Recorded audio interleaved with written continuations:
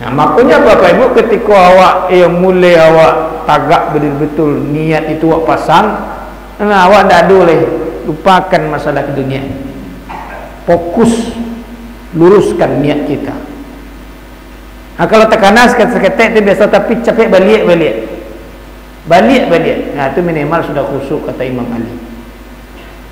Nah, terutama untuk mendapatkan kekhusyukan ibadah sholat itu adalah hudurul fikri wal qalbi. Hadirkan pikiran dan hati kita kepada Allah. Hadirkan pikiran hati kita kepada Allah. Abasamu hati je pikir wa Allah. Jangan pengana yang lain. Nah, coba kita latih dengan sungguh-sungguh, dengan serius, insyaallah kita akan bisa berupaya untuk mendapatkan kekhusyukan ibadah solat itu. Nah, di samping hudurul fikri wal qalbi, hadirkan pikiran hati kita hanya kepada Allah. Nah, untuk mendapatkan kekhusyukan itu adalah salah satu di antaranya ya, fahmul makro. Fahmul makro itu artinya adalah paham dengan apa yang kita baca. Mengerti yang awak baca ketika sembahyang tu. Paham makna-makna solat. Bapak Ibu, ketika awak solat paham awak baca, itu salah satu terhindar kita dari penganan-penganan yang indah tadi tu. Ya, ketika lidah kita berbicara melafazkan sesuatu, hati kita pahami mahal. Nah, maka tidak heran Bapak Ibu, ada imam-imam ketika melaksanakan ibadah sholat ada yang menangis ketika membaca ayat. Nah, pertanyaannya, kok ada imam-imamku sampai menangis ketika membaca ayat Bapak Ibu? Bapak Ibu, kok ada menangis? Hah? Dek mengerti nanti baca. Jadi mengerti nanti baca itu yang menangis itu. Ada ayat-ayat yang berisi cerita tentang neraka, azab Allah begini dan sebagainya, menangis imam. Itu khusyuknya sembahyang. Bapak Ibu, kalau kita lihat di dalam riwayat sahabat-sahabat Nabi itu diceritakan yang paling khusyuk itu adalah Ali bin Abi Thalib. Ali bin Abi Thalib. Pernah diceritakan Ali ini kena panah dalam sebuah peperangan. Tertancap panah di pundaknya.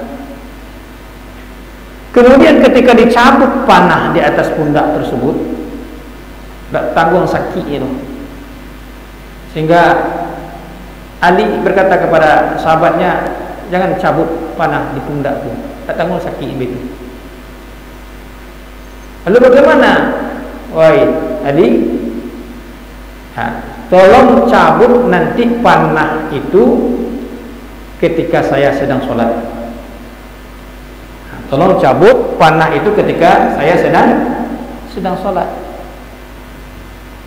Nah, lalu ketika Ali bin Abi Thalib sedang sholat, panah itu dicabut oleh sahabat. Nah, kemudian setelah selesai melaksanakan ibadah sholat, lalu Ali berkata kepada sahabat yang disuruh mencabut tadi, kenapa tidak jadi dicabut panah di atas pundak saya, di punggung saya? Kenapa tidak jadi? Ali dah bercabut mah. Abah itu tidak teraso, saking kusuknya ibadah sholat, tidak teraso panah yang dicabut di punggung tadi itu. Itu luar biasa kusuknya Ali bin Abi Thalib. Awak kira-kira lebih itu Bapak Ibu? Lampu mati, Pak Salah sembahyang, lampu mati, listrik mati, ibu boleh tak? Lain penganak anak, atau anak-anak makak, anak balik, ibu Tak kusuk sembahyang waktu. Ali bin Abi Thalib tak terasa panah dicabik di punggung tu. Begitu luar biasa khusyuknya ibadah solat kita. Nah, Bapak Ibu, mari kita latih, kita upayakan untuk mendapatkan kekhusyukan ibadah solat, sehingga ya, kita tidak terancam ya oleh firman Allah, fawailul lil musallin. Di antara lalai itu nyelai semayang pengananya tidak ke semayang, lalai dulu. Lalai dalam solat. Ia solat tapi ingatannya tidak dalam solat. Ibu-ibu, bapak-bapak kaum muslimin jamaah maghrib rahimakumullah. Itu yang pertama. Kemudian yang kedua, penyebab seseorang itu masuk ke dalam neraka sakar adalah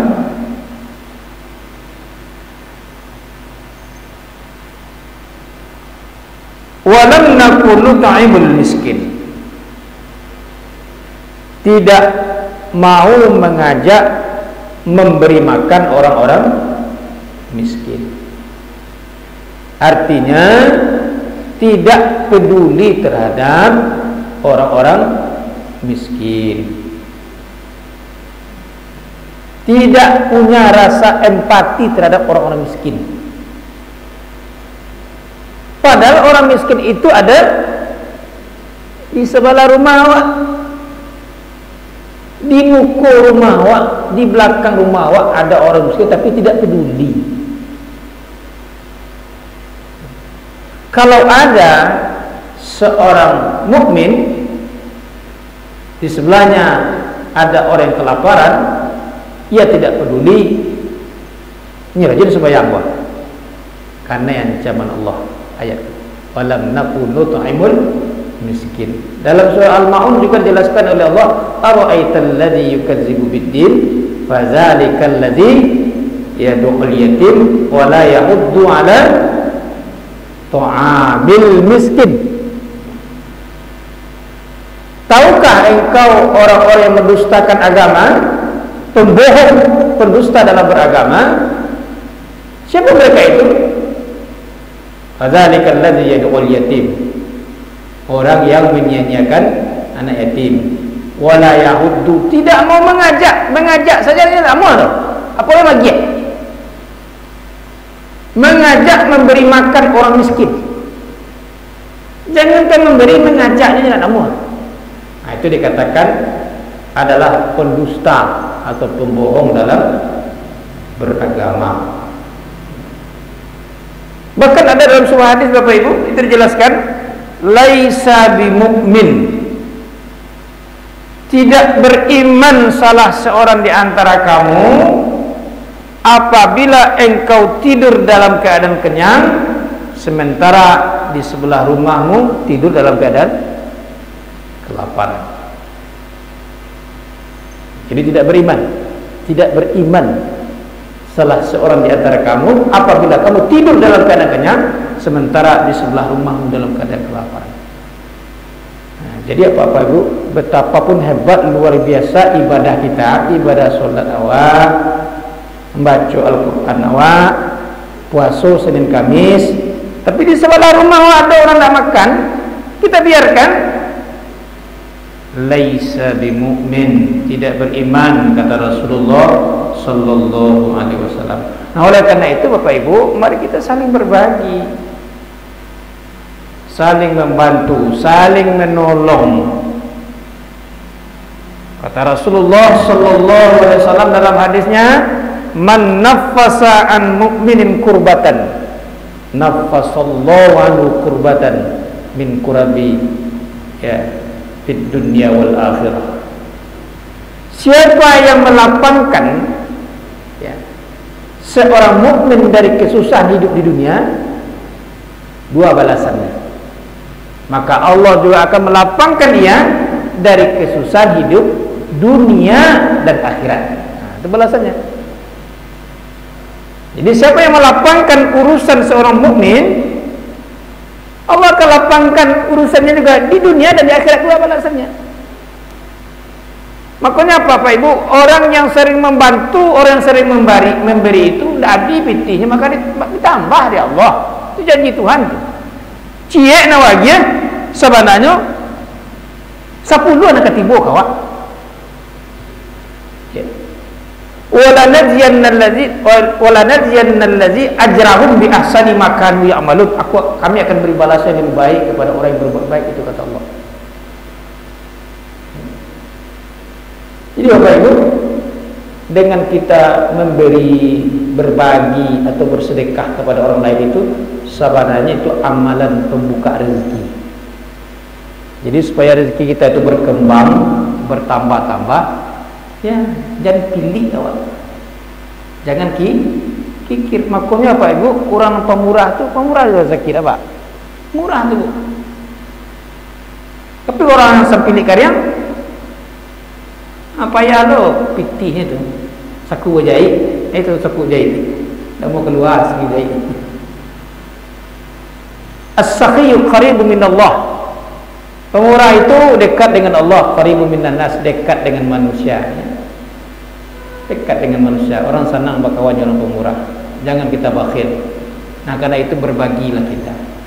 Nah, dalam lanjutan hadis itu ditutup dengan kata-kata, apa kata Rasulullah, wallahu fi aunil abdi ma kanal abdu fi auni akhi. Allah akan menolong seorang hamba selama hamba itu membantu saudaranya.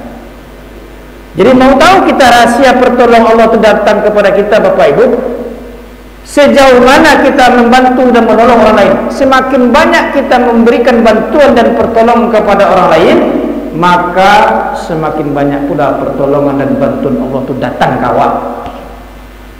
Nah, semakin banyak orang bantu, semakin banyak pula bantuan Allah itu datang kepada kita. Nah, karena itu mari kita selalu berbagi. Apalagi ya orang yang miskin itu di sebelah rumah awak, sudahlah di sebelah rumah awak, keluarga awak loh, sanak awak loh, adik awak loh. Kadang-kadang lata balik ini apa Bapak Ibu? Kau orang lain awak lain elok, pemurah, piti itu tak payah keluar. Tapi kalau saudara sendiri, beretong piti ada tak Pak? Aduh. Kau orang lain tu piti murah, traktir orang, sak kafe, ya orang ditakdir sadul. Nah, tapi kalau adiknya, kakaknya yang miskin, ya tidak peduli. Kau orang royal, kado sana sepilih. Sebenarnya kalau ada keluarga saudara kita yang susah itu nang kamu dulu. Makanya dalam surat Al-Baqarah 177 Allah katakan, wa atal mala ala hubbihi zawil qurba, baru wal yata wal masakin. Berikanlah harta-hartamu itu kepada orang yang kamu cintai. Siapa? Karib kerabatmu. Karib kerabatmu itu dulu diutamakan. Makanya dalam Islam Bapak Ibu, kalau awak nak mengeluarkan zakat, tak apa sana awak berzakat dong. Ya. Kadik ke kakak awak berzakat. Kalau nyu miskin berzakat, kayaknya itu nak utama dulu. Dengan catatan ini nak satu atap jawab, nak sama lalu, nak awak juga awak makan dulu. Ya. Jadi kalau ada saudara kita di kampung yang susah, penghasilannya dari apa saja, petani ladang sawah, susah. Ya. Nah, kau dapat itu nan dulu diutamakan. Kalau nak mengeluarkan zakat, jangan orang lain buat zakat ke sana awak sendiri. Nah, tidak. Itu nanti balik. Padahal yang ditamakan adalah zawil qurba, karib kerabat. Ya. Jadi di orang lain royal, di sana pilih. Kalau di orang lain bergalak-galak, kalau di sana bacakak. Itu dah ibu. Kalau sana bercakap je orang lain ni galak. Hebohnya adanya heboh. Tentu bagi. Nah, Bapak Ibu kaum muslimin jamaah maghrahiwakumullah. Itu yang kedua, tidak mau mengajak memberi makan orang miskin. Bapak Ibu, kini angka kemiskinan itu semakin banyak. Banyak kita perhatikan orang-orang miskin. Ya. Kalau awak jalan di pasar, Bapak Ibu, di trotoar, di lampu-lampu merah, banyak anak-anak kecil yang minta-minta. Ya, kecil-kecil putus sekolah, ya, tidak sekolah, umur 7 tahun, 8 tahun dia mengamen di pasar. Ya, meminta.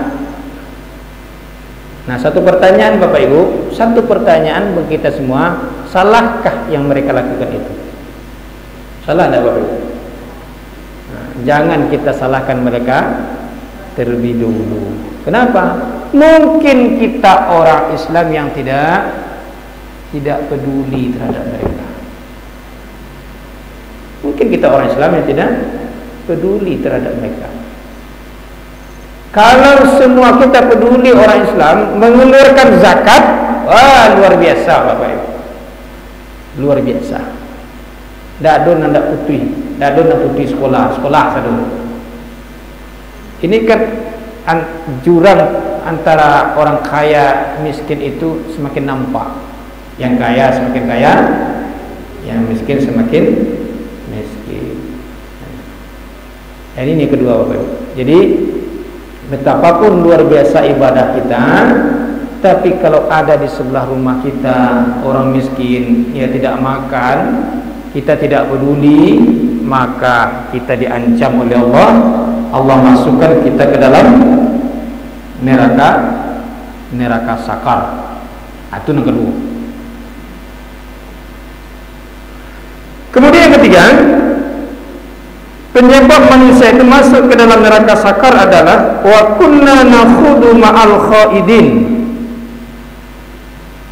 Sibuk membicarakan aib orang lain. Sibuk membicarakan aib orang lain itu namanya Ibu, namanya bagunjing. Apa itu gunjing? Apa itu gunjing? At-tadruna mal muflis. Tahukah kamu apa itu gunjing? Sahabat menjawab, wallah war rasul ya'lam. Allah dan Rasul yang tahu. Lalu Nabi menjelaskan apa itu gunjing. Apa itu gunjing itu, Bu? Mengecel aib orang. Kalau nelok, kalau tidak dong. Nah, aib ya, itu batasannya. Kata Rasulullah, gunjing itu adalah menyebutkan kejelekan orang, aib orang lain, padahal orang itu tidak ada di hadapan kita.